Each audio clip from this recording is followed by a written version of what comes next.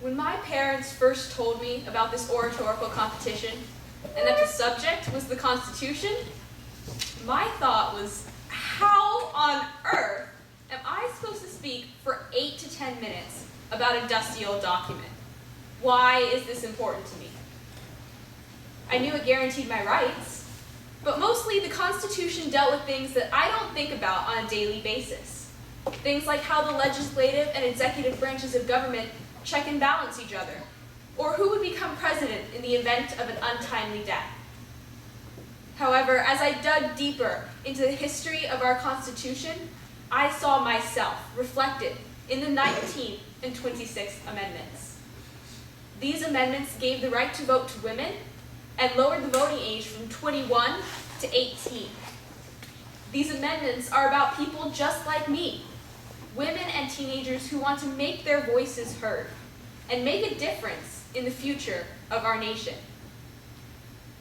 The 19th and 26th Amendments are only 2 of the 4 amendments to the Constitution pertaining to the right to vote. The others are the 15th and the 24th, which also dealt with racial issues. 4 amendments out of 27.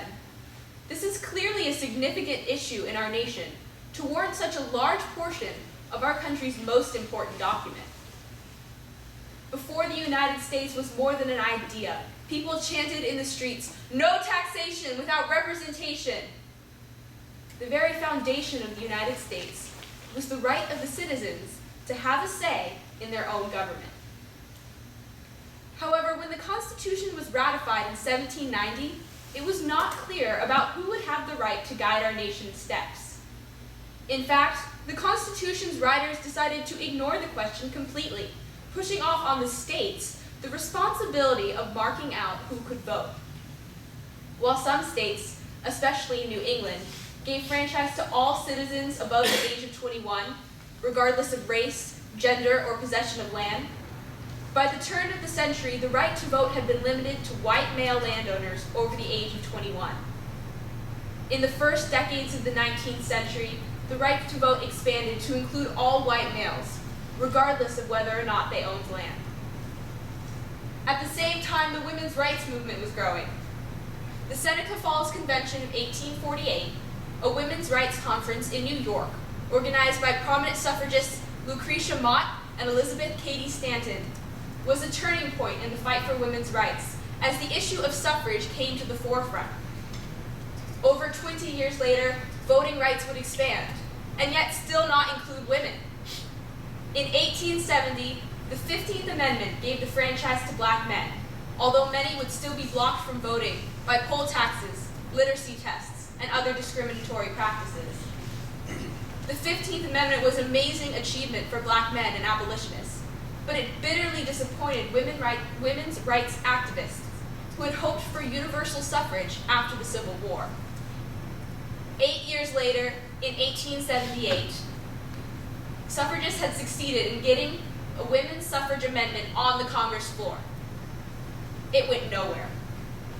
Although the amendment proposition stagnated in political arenas, the movement kept growing, with organized marches, vigils, and picketing. In 1919, over 70 years after the Seneca Falls Convention, the 19th Amendment passed Congress. But this did not add it to the Constitution. It still needed to be ratified by 3/4 of the states. In the end, it all came down to Tennessee. Tennessee's Senate passed the amendment easily, but the House of Representatives was in a deadlock, with 48 votes against and 48 votes for. Protesters and supporters of both sides flooded the city of Nashville in August of 1920, sporting red and yellow roses to show their disapproval of or support for the 19th Amendment. As the voting commenced, it looked to be another stalemate, another block on the way to women's suffrage. Enter Phoebe Ensminger Burns. Burns, known as Miss Fed to her family and close friends, wrote a letter to her son Harry, a representative in Nashville. In it, she urged him to be a good son and vote for ratification, exclaiming, quote, "Hurrah, and vote for suffrage," end quote. Young Harry was emboldened by his mother's convictions and, still wearing the red rose that marked him as a disapprover of women's suffrage, abruptly changed his vote and broke the tie. Thanks to Phoebe Burns' promptings, the 19th Amendment was ratified, and women over the age of 21 gained the right to vote. 50 years later, voting rights would expand again to include all citizens starting at the age of 18. However, the fight for the 18-year-old vote started much earlier. During World War II, shortages in manpower prompted Franklin D. Roosevelt to expand the range of the draft. Instead of 21 to 26, the new age range would be 18 to 37. This meant that 18, 19, and 20-year-old men could be sent to fight and possibly die for their nation without any say in the process. The chant, "old enough to fight, old enough to vote," gained traction as the war carried on. But when the war ended, the voting age remained 21, and support for an 18-year-old vote waned. When the draft resurfaced in 1964 to fuel U.S. involvement in the Vietnam War, the issue of voting age regained widespread attention. Artist Barry McGuire's song, "Eve of Destruction," reflects the issues of the day, referencing the possibility of nuclear destruction, the civil rights movement, and perhaps most obviously, the age gap between drafting eligibility and voting eligibility. The song opens with the words, quote, "The Eastern world, it is exploded. Violence flared, bullets loaded. You're old enough to kill, but not for voting," end quote. In response to public demonstrations, several states lowered the voting age to 18 in local and state elections. But not all states did so, leading to a disconnect at the federal level.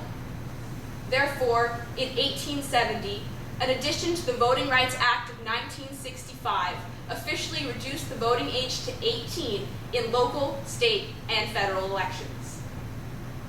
Yet the Constitution had delegated the responsibility of deciding who had the right to vote to the states. A federal law did not have the constitutional authority to change voting regulations. Only an amendment to the Constitution could lower the voting age to 18. Within a year, the addition was overturned as unconstitutional, and in 1971, the 26th Amendment took its place. The 26th Amendment was passed in record time, enjoying a unanimous vote in Senate and spending only a little over 2 months in the ratification process. The fight for the 18-year-old vote was won. In the context of history, the 19th and the 26th Amendments were very recent. After all, America as a nation is only 245 years old. In the context of my teenage years, this might as well be ancient history. I've never known an America in which women could not vote or the voting age was 18. My parents never knew an America like that either.